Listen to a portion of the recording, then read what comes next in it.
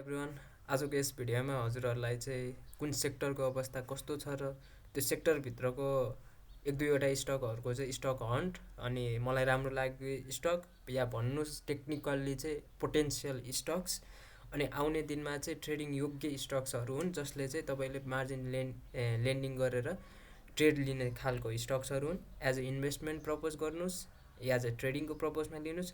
तिनीहरू स्टक चाहिँ एकदमै पोटेन्सियल स्टक्सहरू चाहिँ मैले ल्याएर आएको छु है। हाइली एकदम इफेक्टिभ हुनेवाला छ भिडियो, सुरुदेखि अन्त्यसम्म नछुटाइकन हेर्नु नभुल्नु होला है त। सुरु गरौँ। पहिलो सेक्टर भनेको ब्याङ्किङ छ। ब्याङ्किङको अवस्था चाहिँ एउटा सानो मिड सेक्सनको चाहिँ बुल आउँछ जस्तो चाहिँ देखिन्छ है। अब आरएसआईको कन्डिसनमा चाहिँ आरएसआई र स्मुथ एमएले चाहिँ बाइदिएको छ, एउटा ट्रायङ्गल प्याटर्नमा मुभ गरिरहेछ। एकचोटि त ब्रेकआउट दिएको हो तर भ्यालिड गर्न सकेन। अब अहिले पनि त्यही अवस्थामा छ। अब हेरौँ कस्तो दिन्छ यसले भन्ने कुरा हो। अब ब्याङ्किङबाट चाहिँ दुईवटा तिनवटा स्टकको कुरा गरौँ। इबिएल छ एउटा, इबिएल एउटा के अरे बुल रनमा चलिरहेको स्टक हो है। यो चाहिँ बुलिस नै छ अझै पनि यो स्टक हायर हाईमा छ। अनि त्यसपछि आरएसआई र स्मुथ एमएको रिलेसनले पनि बाइदिएको छ, यो राम्रो छ है। अनि त्यसपछि सानिमाको कुरा गरौँ। सानिमा ब्याङ्क पनि एकदम राम्रो छ। अब जुन यो तिनवटा स्टक दिँदैछु यो तिनवटा स्टकले नै डिभिडेन्ड क्यापेसिटी राम्रो भएको स्टकहरू हो क्या। यसको पनि हेर्नुहोस्, यो अवस्था नै ठ्याक्क यो यहाँनिरको यो ट्रायङ्गल प्याटर्न चाहिँ भ्यालिड गरेर ब्रेकआउट दिएको हो। मोटामोटी यतिसम्म चाहिँ यसले अझै पनि चान्स दिन्छ। अहिले चाहिँ ब्राइट रेन्जमै छ, राम्रै हुन्छ है त। एसबिएल हेरौँ, अर्को छ एसबिएल। एसबिएल पनि बुलिस नेचरमा छ अनि आरएसआई र यसको इन्डिकेटरले पनि बाइदिएको रहेछ यहाँ होइन। अब तपाईँले अब यसलाई अब्जर्भ गरेर यदि ब्याङ्किङ सेक्टरबाट हेर्नुहुन्छ भने यी तिनवटा स्टकहरू चाहिँ बेस्ट हुनसक्छ है तपाईँको। डेभलपमेन्ट ब्याङ्कको कुरा गरौँ। डेभलपमेन्ट ब्याङ्क र तपाईँको नेप्से लगभग उस्तै छ, झ्याउ लाग्छ हेर्ने, मन पनि लाग्दैन। अब के गर्नु, अब हेर्नु परिहाल्यो। त्यसमा पनि एमएनबिबिएल अब स्टकहरू हन्ट गर्दाखेरि चाहिँ एमएनबिबिएल छ, हाई क्याप हो तर यो ठिकठाक छ, राम्रै छ। प्ले गऱ्यो भने सबैजना एकैचोटि लाग्ने स्टक पनि यो हो है। अन्त जिबिबिएल भन्ने छ अर्को, यिनीहरू फन्डामेन्टल्ली पनि राम्रा छन् है। अनि त्यसपछि अर्को भनेको केएसबिबिएल है। कामना सेवा चाहिँ वान अफ माई फेभरेट हो डेभलपमेन्ट ब्याङ्कबाट है। अब डाइभर लागेका स्टकहरू चाहिँ उतार्नु परेर बसेका छन्, यिनीहरूमा चाहिँ तपाईँले प्ले गर्न सक्नुहुन्छ। मजाले एकदम टार्गेट हिट गरी खेली हिँडेका स्टकहरू यिनीहरू हुन् है त। फाइनेन्समा, अब फाइनेन्समा जाउँ। फाइनेन्समा चाहिँ अब केही हदसम्म पोजिटिभ हुन खोजेको चाहिँ छ। अब एउटा लो चाहिँ देखाइसकेर अब केही माथि जान खोज्दैछ। अब हेरौँ। अब यसमा फेरि एमफिल मात्रै कम्पनी चलेको छ क्या, अनि अरू चलेकै छैन। अब अरू ट्रेडिङ योग्य छ। अब एमफिल पनि एउटा रिटेस्ट गरेर गएको छ। अब हेरौँ यो कतिसम्म जान्छ। अब अहिले चाहिँ हाईमै पुग्या भएर म चाहिँ ट्रेडिङको लागि सजेस्टै गर्दिनँ। तर पनि तपाईँले 2-4 रुपियाँ भए पनि प्रफिट गर्नु त्यति भयो नि म प्ले गर्छु यो अवस्थामा भन्नुहुन्छ नि, यसमा ठिकै छ है। फेरि आइसिएफसीको कुरा गरौँ। अर्को भनेको आइसिएफसी ठिक छ, एउटा यो भ्यालिड गरेर यो माथितिर गएको स्टक हो है। अब फन्डामेन्टल राम्रो हो, यो दुइटालाई ट्रेडिङ योग्य नै हुन्। अनि ठ्याक्कै यहीँ हाम्रो टार्गेट बिट पनि गरेको थियो होइन। अहिले फेरि यहाँ आएर यो टार्गेटसम्म फेरि जान सक्ने अवस्था छ है आइसिएफसीको पनि। त्यस्तै गरेर होटेलमा जाउँ। होटेलको अवस्था पनि नेप्से जस्तै छ क्या, साइड वाइज पुरै। त्यही भएर पर्टिकुलर स्टकको कुरा गरौँ। एउटा केडिएल छ। केडिएल चाहिँ किन लिएँ भन्दाखेरि चाहिँ तपाईँको यो छोटो समयमा चाहिँ यो साइड वाइज बस्थ्यो यहाँ, अनि डाउन ब्रेक गरेर लिक्विडिटी सुप गरेर एउटा र्याली समात्यो। तर र्याली त समात्यो, जो खेलाडीले र्याली यो लगाइदियो त्यही खेलाडी चाहिँ एक्जिट हुन सकेको छैन है। त्यही भएर अब केही पछि चाहिँ एक दुई हप्ता अब अलिकति टाइम लाएर चाहिँ यसले एउटा सानो फेरि र्याली चाहिँ समात्न सक्छ। अनि त्यसपछि अर्को चाहिँ तारागाउँ होटेल हो। अब तारागाउँ रिजेन्सी होटेल चाहिँ थप्प छ। थप्प भए पनि अब यसले चाहिँ बोनस दिने अथवा डिभिडेन्ड दिने क्यापेसिटी चाहिँ अब त्यति राख्ला जस्तो लाग्दैन है। त्यही पनि आरएसआईले चाहिँ एकदम म्यासिभली चाहिँ बुलिस देखिया छ र अब त्यही भएर यहाँसम्म टार्गेट राखेर 900सम्मको टार्गेट राख्छु भन्ने हिसाबले चाहिँ तपाईँले थोरै किनेर राख्न सक्नुहुन्छ है। अर्को एसएचएल चाहिँ सबैलाई मनपर्ने स्टक हो। यो राम्रो छ। अब आरएसआईको इन्डिकेटरले पनि बाई नै दिएको छ अनि यसलाई पनि थोरै प्ले गर्न सक्नुहुन्छ। तर यो एकैचोटि किन्दा पनि 100 किता कि 500 50 किता किन्नुपर्ने हुन्छ। अब योभन्दा अब कम पुँजी भएका हामी हरूले चाहिँ अब यसलाई चाहिँ अब इग्नोर गर्ने के गर्ने भन्ने कुरा हुन्छ। त्यो हिसाबले सोच्नु होला। अब हाइड्रोको कुरा गरौँ। हाइड्रो चाहिँ वान अफ द मेरो चाहिँ फेभरेट हो है सेक्टर पनि। तपाईँको स्टकहरू पनि म प्रायः हाइड्रोमै खेल्ने गर्छु है। यो चाहिँ नेप्सेभन्दा अलिक फरक छ क्या। अनि मजाले यो एउटा मजाको र्याली समात्न खोज्छ अनि त्यसपछि फेरि एकछिन कतिपय चल्छन् चल्दैनन्। अनि त्यसमध्येमा नि राम्रा भनेको चाहिँ साहस ऊर्जा है। के अरे हाइड्रोको राजा भनेर चिन्नु पर्यो साहसलाई। साहस एकदम राम्रो छ। यो ट्रायङ्गुलर प्याटर्नमा मुभ गरिरहेको छ। हेरौँ यो ब्रेकआउट गऱ्यो भने 580 को लेभल चाहिँ ब्रेकआउट दियो भने चाहिँ यसले राम्रो र्याली समात्न सक्छ। किनकि यसले पहिलो बुल र्यालीमा चाहिँ आएको थियो, यसले चाख्न पाएको छैन क्या। नयाँ है चाख्नै पाएको छैन। यसको राइटको कुरा छ, त्यसले पनि यसलाई बुस्ट गर्छ।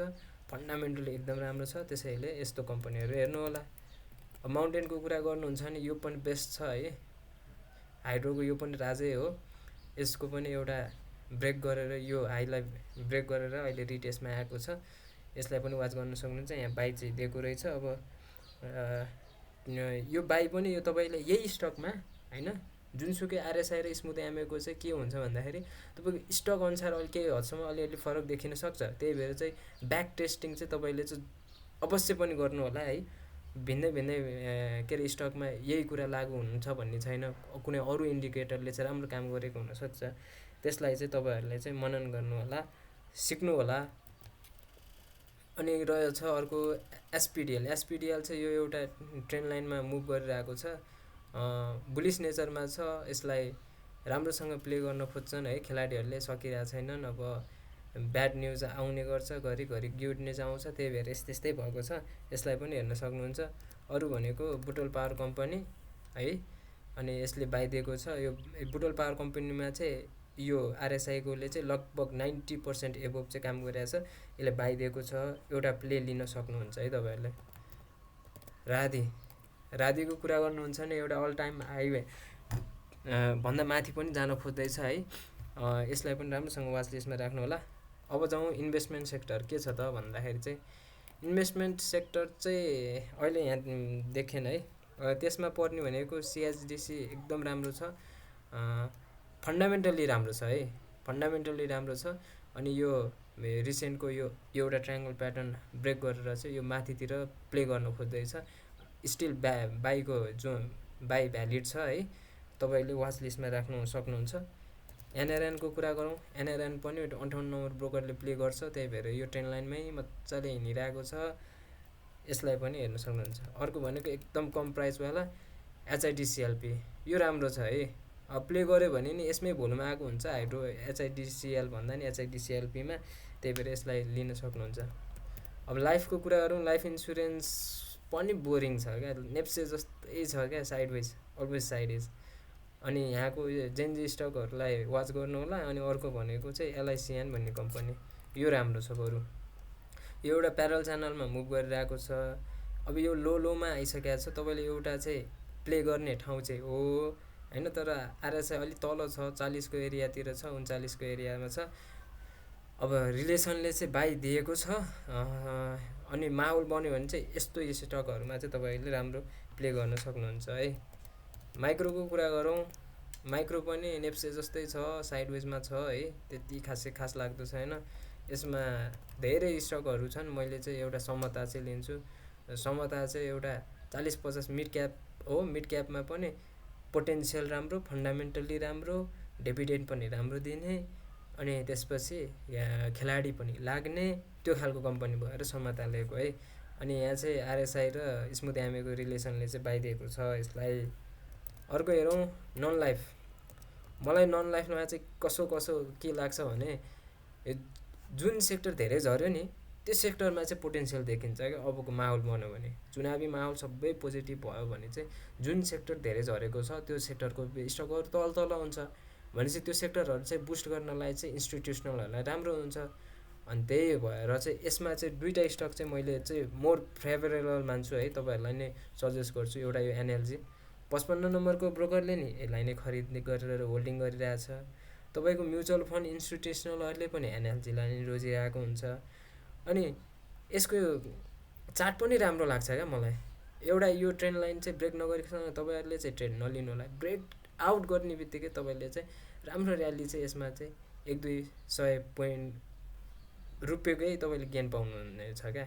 अब यहाँ चाहिँ रिलेसनले चाहिँ बाइदिएको छ, आरएसआईको रिलेसनले, यसलाई ध्यान दिनु होला। अर्को भनेको एसजेआइसी भन्ने कम्पनी छ, यो पनि है, यसलाई पनि यो ट्रेन्ड लाइनसम्मलाई टार्गेट राखेर अहिलेलाई चाहिँ प्ले गर्न सक्नुहुन्छ।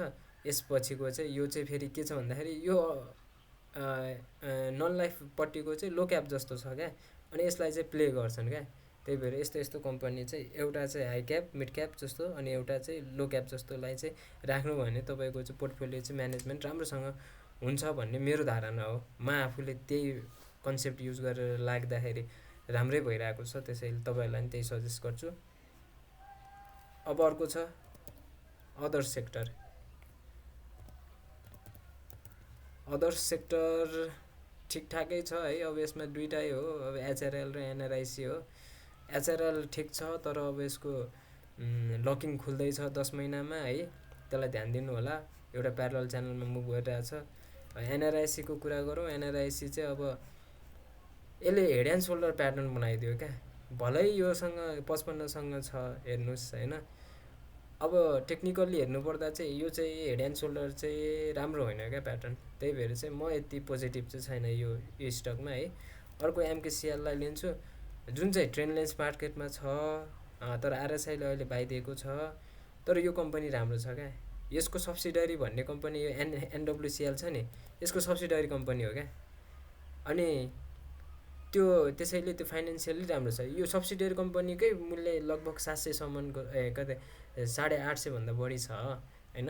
अनि यसको अब भ्यालुएसन त अझै राम्रो जाने भयो होइन। फाइनेन्सियली यो त राम्रोमा जाने भयो। यसको एकचोटि त अब फाइनेन्सियली स्ट्याटस त राम्रो हुने भयो। त्यसैले यसलाई गर्नु होला। लास्टमा चाहिँ ट्रेडिङमा तपाईँले 1-2 दिन वाच गर्नुभएको छ कि छैन, मैले त एकदम आँखा लगाएर वाच गरेको छु। ट्रेडिङको यो पिक्टोरियल चाहिँ राम्रो छैन, तर एसटिसी भन्ने कम्पनीलाई चाहिँ एउटा ब्रोकरले राम्रोसँग खेलाइदिइरहेको छ। हेर्नुहोस् है, एकदमै यसलाई वाच गर्नुहोस्।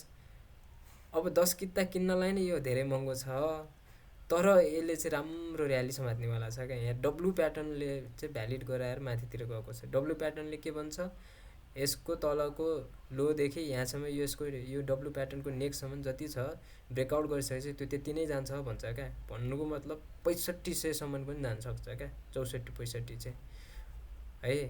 यहाँ हेर्नु होला तपाईँले, ब्रोकर नम्बर चाहिँ तपाईँको चाहिँ 54 नम्बरको ब्रोकरले एकैचोटि 80%।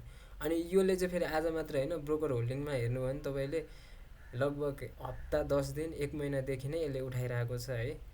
त्यसैले चाहिँ यस्तो स्टकहरूलाई चाहिँ तपाईँले हन्ट गरेर याद राख्नुभयो भने 21,000 किता एक्लैले उठाइदिइसकेको छ है, जबकि बेच्ने मान्छे कोही पनि छैन। यस्तो स्टकहरूलाई चाहिँ वाच गर्नु होला। हस् त, यही नै थियो, डेली एनालाइसिस थियो है। यो स्टक पनि दिएँ मैले, अनि त्यसपछि अरू भनेको सेक्टोरियल एनालाइसिस पनि केही हदसम्म गरेँ है। यो भिडियो तपाईँहरूलाई कतिको फ्रुटफुल लाग्यो त्यो कुरा कमेन्ट बक्समा गरिदिनु होला। अनि यस्तै राम्रो भिडियो हेर्नको लागि अनि आगामी दिनमा इन्डिकेटरको प्रयोग राम्रोसँग कसरी गर्ने भन्ने कुरामा चाहिँ अरू नयाँ भिडियोहरू आउनेछ। अनि प्राइज एक्सनको कुरा, एसएमसीको कुराहरू बिस्तारै पनि गर्नेछु, त्यो भिडियोहरू पनि हाल्नेछु। त्यसैले तपाईँले चाहिँ सबै कुरालाई राम्रो मान्नुहुन्छ भने लाइक, सेयर एन्ड सब्सक्राइब गरिदिनु हुन अनुरोध गर्छु। हस् त, see you in the next video. Happy trading guys, bye by.